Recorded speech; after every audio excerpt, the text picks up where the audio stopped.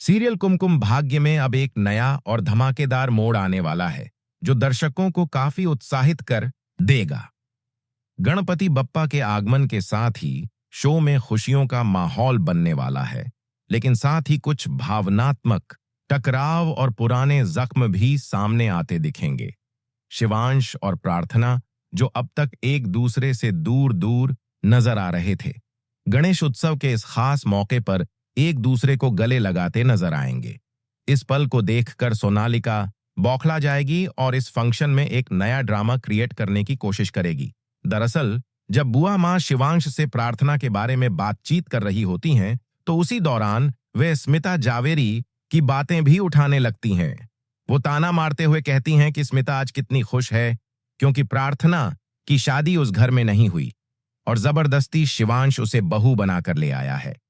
बुआ माँ यह भी कहती हैं कि स्मिता को कभी किसी बात की चिंता ही नहीं होती, न कोई आंसू न कोई पछतावा, जबकि प्रार्थना उनके घर में है, इसीलिए दर्द और आंसू तो उन्हें ही झेलने पड़ रहे हैं। यह सब सुनकर शिवांश भावुक हो जाता है और चुपचाप अपने कमरे में जाकर खुद को लॉक कर लेता है। बाहर प्रार्थना ये सब सुन रही होती है और वह बुआ मां से कह देती है कि आप कितनी स्वार्थी हैं, आपको किसी की तकलीफें दिखाई ही नहीं देती। शिवांश ने साफ कहा कि वो स्मिता की बात नहीं करना चाहता, लेकिन आपने तो जिद पकड़ ली गड़े मुर्दे उखाड़ने की। इसके बाद प्रार्थना बार बार कोशिश करती है कि शिवांश का मूड ठीक हो जाए। वह जानबूझकर अपने पैर में चोट लगने का नाटक भी करती है, लेकिन शिवांश उसकी तरफ देखता तक नहीं।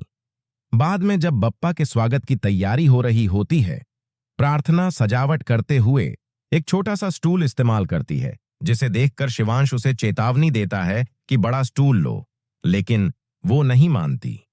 जैसे ही वह दरवाजे पर फूलों की माला लगा रही होती है, उसका बैलेंस बिगड़ता है और वह गिरने ही वाली होती है। तभी शिवांश उसे थाम लेता है। वो मजाक में कहता है कि तुम हमेशा जानबूझकर गिरती हो जब मैं पास में होता हूं। इस पर प्रार्थना जवाब देती है कि नहीं, ये तो किस्मत का खेल है, भगवान बार बार हमें मिलाते हैं। लेकिन इस पर शिवांश को गुस्सा आ जाता है और वह वहां से चला जाता है। दोनों के बीच मनमुटाव काफी बढ़ गया है, लेकिन जैसे ही गणपति बप्पा घर में पधारेंगे, उनके साथ खुशियां और सच्चाई भी आएगी। शिवांश को धीरे धीरे समझ आने लगेगा कि बुआ मां सिर्फ उसके इमोशंस से खेल रही थी। प्रार्थना अब उसे सबूत देने वाली है और यह भी बताने वाली है कि डिवोर्स की बात भी बुआ मां की ही उकसावे का नतीजा थी। तो अब देखना यह होगा कि क्या बप्पा के आशीर्वाद से शिवांश और प्रार्थना फिर से एक हो पाएंगे। क्या शिवांश को सच्चाई का एहसास हो जाएगा और क्या अब सोनालिका का प्लान फेल होगा? ये सब जानने के लिए बने रहिए हमारे साथ। और हां, अगर आपने अभी तक हमारे चैनल को सब्सक्राइब नहीं किया है तो तुरंत कर लीजिए ताकि आप कोई भी अपडेट मिस ना करें।